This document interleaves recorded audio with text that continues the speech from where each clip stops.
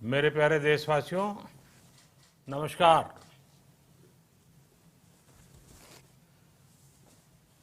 Corona वैश्विक महामारी के खिलाफ लड़ते लड़ते अब हम अनलॉक 2 में प्रवेश कर रहे हैं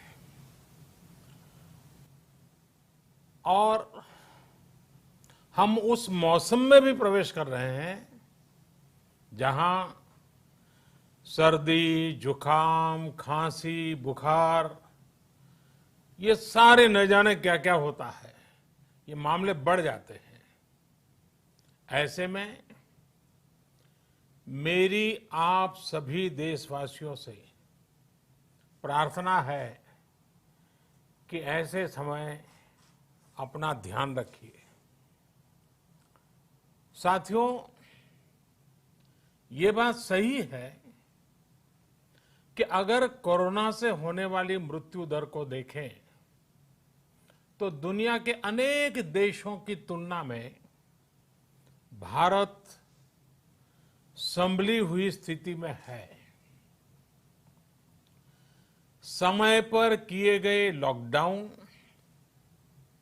और अन्य फैसलों ने भारत में लाखों लोगों का जीवन बचाया है, लेकिन हम ये भी देख रहे हैं कि जब से देश में अनलॉक 1 हुआ है, व्यक्तिगत और सामाजिक व्यवहार में लापरवाही जरा बढ़ती ही चली जा रही है। पहले हम मास्क को लेकर, 2 गज की दूरी को लेकर 20 सेकंड तक दिन में कई बार हाथ धोने को लेकर बहुत सतर्क थे, लेकिन आज जब हमें ज्यादा सतर्कता की जरूरत है तो लापरवाही बढ़ना बहुत ही चिंता का कारण है। साथियों, लॉकडाउन के दौरान बहुत गंभीरता से नियमों का पालन किया गया था। अब सरकारों को, स्थानीय निकाय की संस्थाओं को,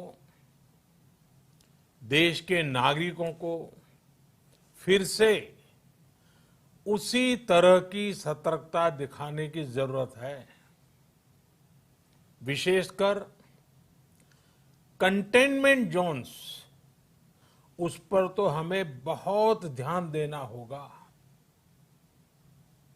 जो भी लोग नियमों का पालन नहीं कर रहे हैं, हमें उन्हें टोकना होगा, रोकना होगा और समझाना भी होगा। अभी आपने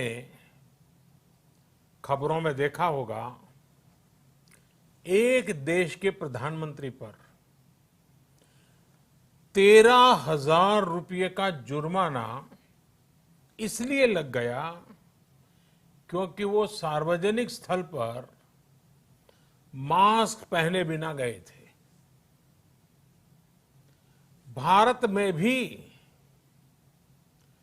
स्थानीय प्रशासन को इसी चुस्ती से काम करना चाहिए। ये 130 करोड़ देशवासियों के जीवन की रक्षा करने का अभियान है। भारत में गांव का प्रधान हो या देश का प्रधानमंत्री, कोई भी नियमों से ऊपर नहीं है। साथियों, लॉकडाउन के दौरान देश की सर्वोच्च प्राथमिकता रही ऐसी स्थिति न आए कि किसी गरीब के घर में चूल्हा न जले। केंद्र सरकार हो, राज्य सरकारें हो, सिविल सोसाइटी के लोग हों, सभी ने पूरा प्रयास किया कि इतने बड़े देश में हमारा कोई गरीब भाई बहन भूखा न सोए। देश हो या व्यक्ति, समय पर फैसले लेने से, संवेदनशीलता से फैसले लेने से किसी भी संकट का मुकाबला करने की शक्ति अनेक गुना बढ़ जाती है। इसलिए लॉकडाउन होते ही सरकार प्रधानमंत्री गरीब कल्याण योजना लेकर आई। इस योजना के तहत गरीबों के लिए 2.25 लाख करोड़ रुपए का पैकेज दिया गया। साथियों, बीते 3 महीनों में 20 करोड़ गरीब परिवारों के जनधन खातों में सीधे 31,000 करोड़ रुपया जमा करवाए गए हैं। इस दौरान 9 करोड़ से अधिक किसानों के बैंक खातों में 18,000 करोड़ रुपए जमा हुए हैं। इसके साथ ही गांवों में श्रमिकों को रोजगार देने के लिए प्रधानमंत्री गरीब कल्याण रोजगार अभियान तेज गति से आरंभ कर दिया गया है। इस पर सरकार 50,000 करोड़ रुपए खर्च कर रही है। लेकिन साथियों, एक और बड़ी बात है जिसने दुनिया को भी हैरान किया है, आश्चर्य में डुबो दिया है। वो ये कि कोरोना से लड़ते हुए भारत में 80 करोड़ से ज्यादा लोगों को 3 महीने का राशन, यानी परिवार के हर सदस्य को 5 किलो गेहूं या चावल मुफ्त दिया गया।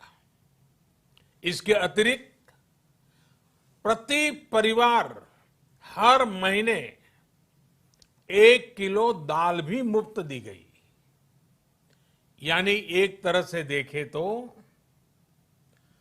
अमेरिका की कुल जनसंख्या से 2.5 गुना अधिक लोगों को, ब्रिटेन की जनसंख्या से 12 गुना अधिक लोगों को और यूरोपियन यूनियन की आबादी से लगभग 2 गुने से ज्यादा लोगों को हमारी सरकार ने मुफ्त अनाज दिया है। साथियों, आज मैं इसी से जुड़ी एक महत्वपूर्ण घोषणा करने जा रहा हूं। साथियों, हमारे यहां वर्षा ऋतु के दौरान और उसके बाद मुख्य तौर पर कृषि क्षेत्र में, एग्रीकल्चर सेक्टर में ही ज्यादा काम होता है। अन्य दूसरे सेक्टरों में थोड़ी सुस्ती रहती है।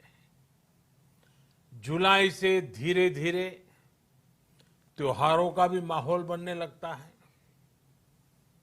अब आप देखिए, अभी 5 जुलाई को गुरु पूर्णिमा है, फिर सावन शुरू हो रहा है, फिर 15 अगस्त आएगी, रक्षाबंधन आएगा, कृष्णा जन्माष्टमी आएगी, गणेश चतुर्थी आएगी, ओणम होगा और आगे जाएं तो काटी बिहू है, नवरात्रि है, दुर्गा पूजा है, दशहरा है, दीपावली है, छठी मैया की पूजा है। त्योहारों का ये समय जरूरतें भी बढ़ाता है, खर्च भी बढ़ाता है। इन सभी बातों को ध्यान में रखते हुए ये फैसला लिया गया है कि प्रधानमंत्री गरीब कल्याण अन्न योजना का विस्तार अब दिवाली और छठ पूजा तक, यानी नवंबर महीने के आखिर तक कर दिया जाएगा। यानी 80 करोड़ लोगों को मुफ्त अनाज देने वाली ये योजना अब जुलाई, अगस्त, सितंबर, अक्टूबर, नवंबर में भी लागू रहेगी।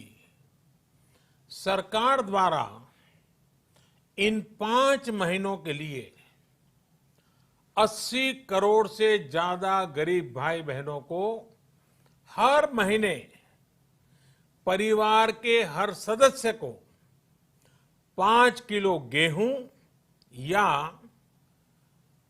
5 किलो चावल मुफ्त मुहैया कराया जाएगा। और साथ ही प्रत्येक परिवार को हर महीने 1 किलो चना भी मुफ्त दिया जाएगा। साथियों, प्रधानमंत्री गरीब कल्याण अन्न योजना के इस विस्तार में 90,000 करोड़ रुपए से ज्यादा खर्च होंगे।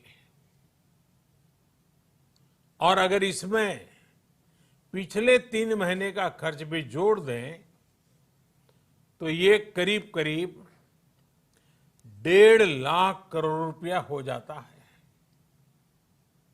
अब पूरे भारत के लिए हमने एक सपना देखा है। कई राज्यों ने तो बहुत अच्छा काम भी किया है। बाकी राज्यों पर भी हम आग्रह कर रहे हैं कि इसको काम को आगे बढ़ाएं। और काम क्या है? अब पूरे भारत के लिए एक राशन कार्ड की व्यवस्था भी हो रही है। यानी एक राष्ट्र एक ration card, one nation one ration card. इसका सबसे बड़ा लाभ उन गरीब साथियों को मिलेगा जो रोजगार या दूसरी आवश्यकताओं के लिए अपना गांव छोड़ करके कहीं और जाते हैं, किसी और राज्य में जाते हैं। साथियों, आज गरीब को, जरूरतमंद को सरकार अगर मुफ्त अनाज दे पा रही है तो इसका श्रेय प्रमुख रूप से 2 वर्गों को जाता है। पहला, हमारे देश के मेहनती किसान, हमारे अन्नदाता। और दूसरा, हमारे देश के ईमानदार टैक्स पेयर। आपका परिश्रम, आपका समर्पण ही जिसकी वजह से देश ये मदद कर पा रहा है। आपने देश का अन्न भंडार भरा है, इसलिए आज गरीब का, श्रमिक का चूल्हा जल रहा है। आपने ईमानदारी से टैक्स भरा है, अपना दायित्व निभाया है, इसलिए आज देश का गरीब इतने बड़े संकट से मुकाबला कर पा रहा है।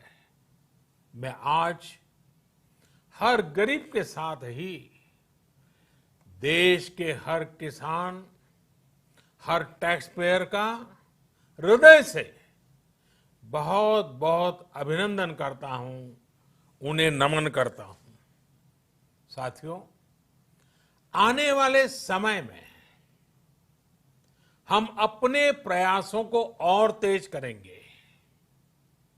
हम गरीब, पीड़ित, शोषित, वंचित हर किसी को सशक्त करने के लिए निरंतर काम करेंगे। हम सारी एहतियात बरतते हुए इकोनॉमिक एक्टिविटीज को और आगे बढ़ाएंगे। हम आत्मनिर्भर भारत के लिए दिन रात एक करेंगे। हम सब लोकल के लिए वोकल होंगे। इसी संकल्प के साथ हम 130 करोड़ देशवासियों को मिलजुल करके संकल्प के साथ काम भी करना है, आगे भी बढ़ना है। फिर से एक बार मैं आप सबसे प्रार्थना करता हूं, आपके लिए भी प्रार्थना करता हूं, आपसे आग्रह भी करता हूं, आप सभी स्वस्थ रहिए, 2 गज की दूरी का पालन करते रहिए, गमछा, फेस कवर, मास्क ये हमेशा उपयोग कीजिए, कोई लापरवाही मत बरतिए। इसी आग्रह, इसी कामना के साथ मैं आप सभी को बहुत बहुत शुभकामनाएं देता हूं। धन्यवाद।